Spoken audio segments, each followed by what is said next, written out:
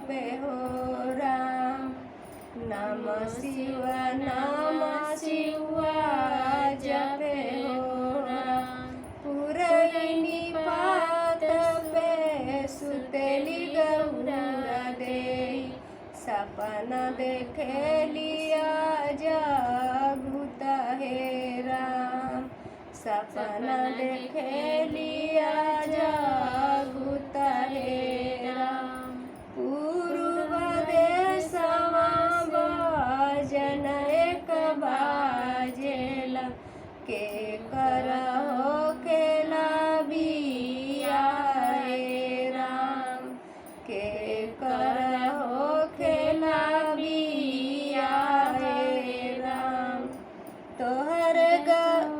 तोहर नैहरवा गौरा भैया के बियाहवा, ओही जब जाना एक बाजे होए राम। ओही जब जाना एक बाजे हो राम।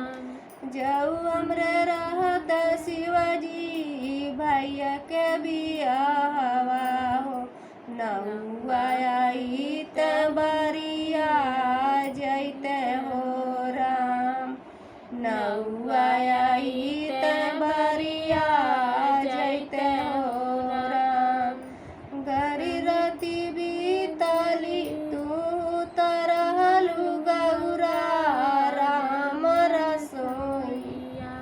बाहरे आइले बाहरे गैले हो राम। बाहरे आइले बाहरे गैले हो राम। घरी रति बीतली पार रति आवरियो, बिहान त डोलिया गैली आई हो राम। दुआरे पे डोलिया गैली आई हो राम। भीतरी बारू की बाहर गौरा देई, परिछन सवातिनी तो हर हो राम। परिछन सवातिनी तो हर हो राम। हाथ सिन्होरा लियली खोइचा पकल पाना हो, परिछेली सवातिनी अपन हो राम। परिछेली सवातिनी अपन हो राम। जब गौरा टारेली डोली के ओहारवा हो, इतहाई बाहिना हमार हो राम। इतहाई बाहिना हमार हो राम। कई तुई बाहिना हो बर नहीं मिलने हो, होखे अइलू सवातिनी हमार हो राम। होखे अइलू सवातिनी हमार हो राम। घरवा बारिया बहिना बरतन मासिया हो, लइका खेलाइया हमार हो राम।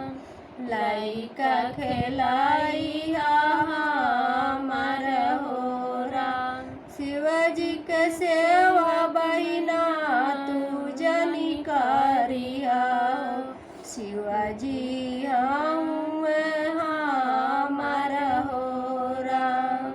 शिवाजी हउए हमार हो राम। घरवा बहरवे बहिना बरतन मासवे हो, लइका खेलाइबे तो हर हो राम। लइका खेलाइबे तो हर हो राम। शिवाजी के सेवा बहिना हमहु जे करबे हो, शिवा बाबा हुए